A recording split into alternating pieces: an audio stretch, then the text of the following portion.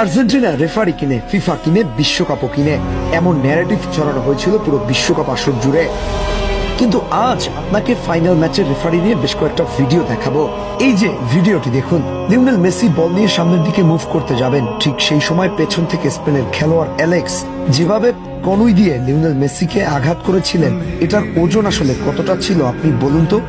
যারা ফুটবল খেলে কিংবা কম বেশি বুঝে তারাও বলবে এটা হলুদ কার্ড পাওয়ার মতো ফাউল ছিল, কেননা অ্যালেক্স পুরোপুরি জিনিসটা একেবারে ইন্টেনশনালি করেছেন, অথচ রেফারি শুধুমাত্র এটাকে নর্মাল একটা ফাউল হিসেবেই দেখলেন। এবার এই ভিডিওটা দেখুন, মার্ক কুকুরেয়া মেসির সামনে দাঁড়িয়ে মুখে হাত দিয়ে মেসিকে স্লেজিং করছেন।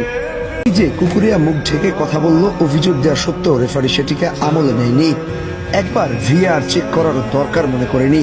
এটা কি ফিফার রুলস ব্রেক করেনি? আচ্ছা চিন্তা করেন তো, এই কাজটা আর্জেন্টিনার কেউ একজন করলেন, এতক্ষণে ফেসবুক পাড়ায় ঐক্যজোট সমর্থকদের চোখে এগুলো পড়বে না। এবার মেসিকে করা এই ফাউলটা দেখুন, বল কোথায় আর মেসিকে মারা হলো কোথায়।